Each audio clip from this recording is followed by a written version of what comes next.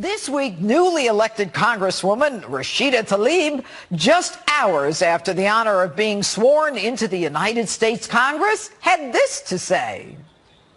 When your son looks at you and says, "Mama, look, you won," bullies don't win. And I said, "Baby, they don't, because we're going to go in there and we're going to impeach them." Have you ever felt? Are you listening?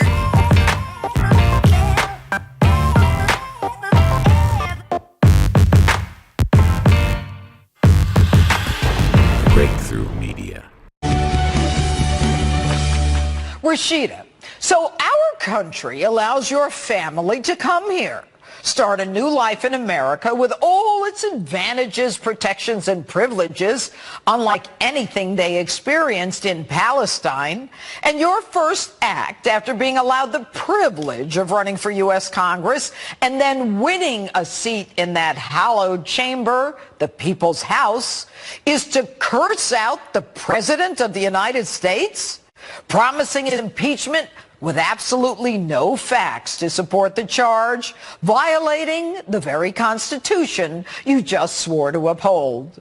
And by the way, show me where in the Constitution, Rashida, it says you can impeach a president because you hate him. The greatest nation on earth, through its largesse, opens its doors and lays out the welcome mat for your mother and father, who I'm sure thanked God when they got here. And you get to the national stage and call the commander-in-chief a mother effer in a public forum demanding impeachment? Who are you? Well, for one, we know you're a Democrat and a socialist. And as Winston Churchill said, socialism is a philosophy of failure, the creed of ignorance, and the gospel of envy. And although Palestinians from your homeland may be waving flags for you, you're an American in the U.S. Congress representing Americans, madam, not Palestinians. Your dance should be one with and under the American flag. And you have promised to vote against all U.S. military aid to America's sole partner in the Middle East, Israel, because they discriminate against Palestinians. Discriminate? You don't like Israel. Okay, I have an idea. When the Palestinians and the PLO support the United States, like Israel does, then we won't need to send them money. And in case you didn't know, Hamas is a designated terrorist organization that was birthed in Palestine. Are you really against racism or just Israel? Like your friend Linda Sarsour, do you just want Israel eliminated from the river to the sea? A primer. Do what you were elected to do. Stand up for your country and your constituents. Americans, I repeat, Americans want a strong economy so they can get a job, put food on the table, pay their rent or mortgage. They want safety and security for their families. They want the law to be applied equally, applied the same with no one above it and no one below it. Your constituents want legislators who will work and not waste time or taxpayer dollars, and instead work toward those goals instead of engaging in personal vendettas against the president. But the hypocrisy is not just yours. It's your party's new MO.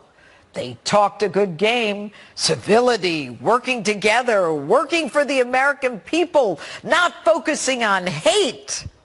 And no surprise, their first order of business on their inaugural day as the majority party in the House was about hating President Trump. Democrat Congressman Brad Sherman of California wasted no time introducing articles of impeachment against President Trump, right when we got the best jobs report this country has seen in nearly a decade. Does that make sense to you, Rashida? And your fellow Democrat, Steve Cohen of Tennessee, has already introduced a constitutional amendment to get rid of the Electoral College. Yet another blatant attempt to violate and upend the Constitution. The Democrats' hatred of the president is astonishing. Their hypocrisy is astonishing. You Democrats just hate the president. Congressman Hank Johnson compared Trump to Hitler this week.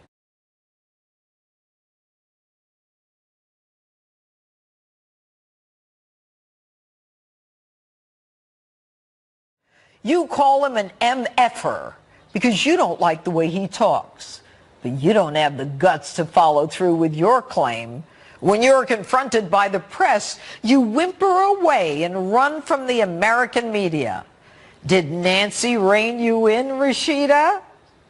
The president is improving the economy, making us safer, and yes, building a wall. And you want to impeach him. Is this what we can look forward to for the next 2 years? The old impeach 45? You want Donald Trump out of office? Be careful what you wish for. He's not the only one who can be voted out in 2020.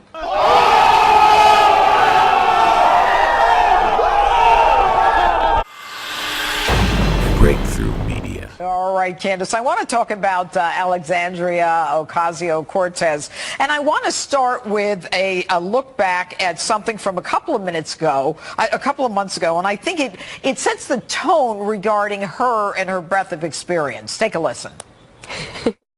What people are starting to see, at least in the occupation of Palestine, is just an increasing crisis of humanitarian condition. And that to me is just where I tend to come from on this issue. You use the term the occupation of Palestine. What did you mean by that? I think what I meant is like the settlements that are increasing in some of these areas and places where Palestinians are experiencing difficulty in access to their housing and homes. Do you think you can expand on that? Yeah, I mean, I think I'd also I am not the expert on geopolitics on this issue. Israel, the occupying power, continues with its colonial policy and its daily violations. It continues to abuse, to arbitrarily detain, to carry out ethnic cleansing, steal land and natural resources, uproot trees, steal money. Israeli activity to Judaize Jerusalem, demolition of homes, confiscation of land and property, spoiling of natural resources. Racist violations perpetrated by Israel. Israel continues to commit various forms of human rights violations in Palestine. Israel, the occupying power, is advancing in its efforts of mass colonization and continued apartheid. Put an end to this colonialist regime. Apartheid, atrocities and massive destruction inflicted on the Palestinian people. War crimes, crimes against humanity, ethnic cleansing and state terror. Thank you. United Nations Watch. Shukran Sayyid Rais. I take the floor on behalf of the UN Watch. My name is Mus'ab Hassan Youssef. I grew up in Ramallah as a member of Hamas. I address the words to the Palestinian Authority, which claims to be the sole legitimate representative of the Palestinian people. I ask, where does your legitimacy come from? The Palestinian people did not elect you, and they did not appoint you to represent them. You are self-appointed. Your accountability is not to your own people. This is evidenced by your own total violation for their human rights. In fact, the Palestinian individual and their human development is the least of your concerns. You kidnap Palestinian students from campus and torture them in your jails. You torture your political rivals. The suffering of the Palestinian people is the outcome of your selfish political interest. You are the greatest enemy of the Palestinian people. If Israel did not exist, you would have no one to blame. Take responsibility for the outcome of your own actions. You fan the flames of conflict to maintain your abusive power. Finally, you use this platform to mislead the international community, to mislead the Palestinian society, to believe that Israel is responsible for the problems you create. Thank you.